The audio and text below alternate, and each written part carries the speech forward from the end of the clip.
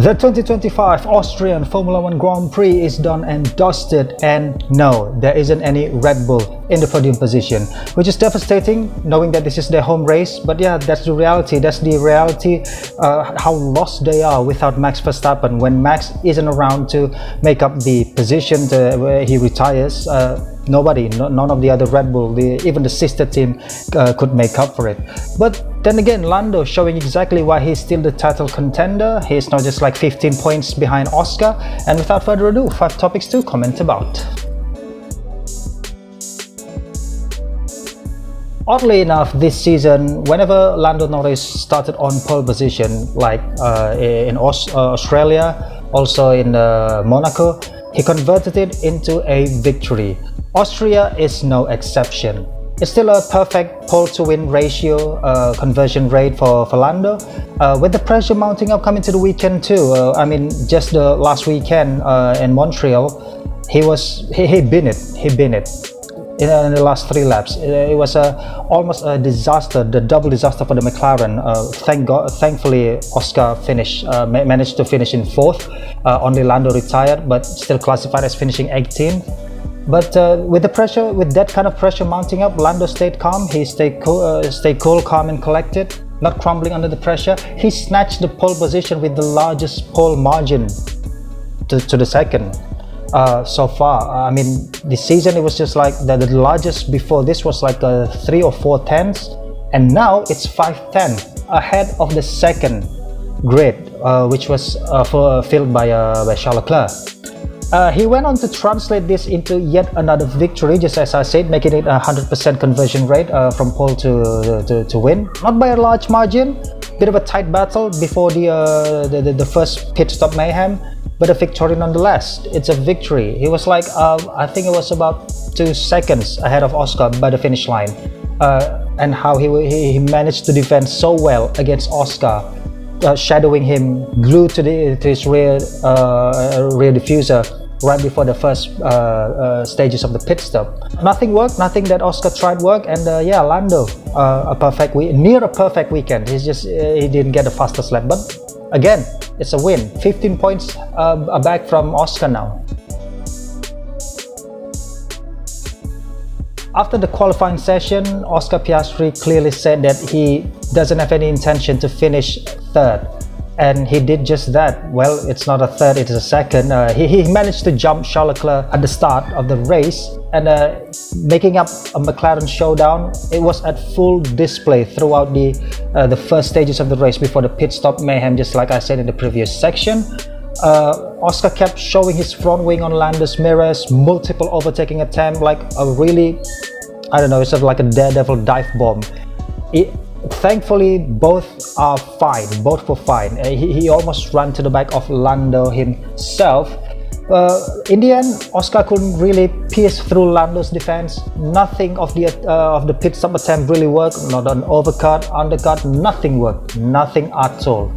And he ended the race in P2, snatching the fastest lap. And one of the highlights was that he was getting impeded. Should I say impeded? By Franco Colapinto, as he said in the radio. After all these years, Alpine still managed to find a way to fuck them up. Didn't Franco see any blue flags anywhere, and knowing that he needed to get out of the way, and that there was a battle going on for the lead? That costed Oscar like 1 second at the bare minimum. It was 1 second. But in the end, I think it's just Oscar used his head and tried to bring home 18 points. 18 full points is better than nothing, right? Than trying to do something silly. Which is why Oscar is still firmly in the lead, just 15 points ahead of Lando.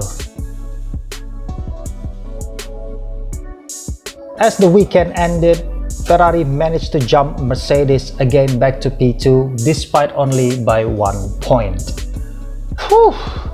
Strong qualifying with P2 and P4 on the grid. Charles in P2, P4 for Lewis, but only Charles managed to get on the podium. Lewis finished exactly where he started, without any real progression throughout the entirety of the race. No major proper challenge or even near the podium battle.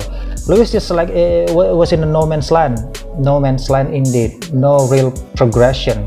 Strong weekend, but still lacking in many areas. So having finished 1-3 at Montreal, this time the Silverados only qualified 5th and 9th on the grid. It was like a total opposite, polar opposite to the weekend they had in Canada. George ending the race 5th without any meaningful fight for the podium, just like Lewis did in at Ferrari. And Kimi pulling a kamikaze move on lap 1, missing the braking point, torpedoed Max.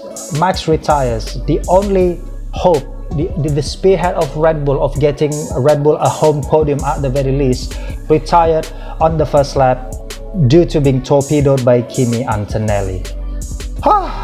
Both drivers retired from the race on lap 1, and yeah, it's just a polar opposite. George himself said in the post-race interview that Mercedes are really weak, and it's not a good car in a tire overheating track like Austria, like any other track. It was Canada and Las Vegas where there isn't any tire overheating. That's when the car works pretty well, but it's not every time that they're going into tracks like that, so they really need to figure this out eventually, trying to get around this problem and face the new regulation next year. It's ironic to think that the best Red Bull in their home race was actually Liam Lawson, who they dropped after just 2 races this season. The weekend saw a surprising resurgence from the former Red Bull driver. It's out-qualifying Max. He out-qualified the Max Verstappen, who was on pole position in the last 5. I think it was the last 5 Austrian Grand Prix, 5 or 4. I kind of forget the statistic, the detail of the statistic. But Liam started 6th, a strong 6th. Even if Max really pulled that last lap in the Q3 session, I don't think it's really enough to get to jump Liam. He placed 6th on the grid and finishing the race there. But the question is this a genuine revival from the Kiwi, or is it just a one-off? Is it just like some coincidence, something like everything just happened to be click, and then boom, coming to Silverstone, they're lost again? Keep in mind that this is his first proper outing at the Red Bull ring as a full-time F1 driver. Never before had he driven here as a full-time F1 driver. Maybe for the sim work and all that jazz.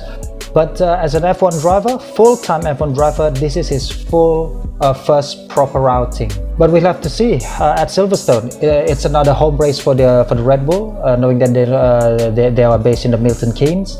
Also, I think to some extent it's also the Racing Bulls home race. We'll see what can Liam do there.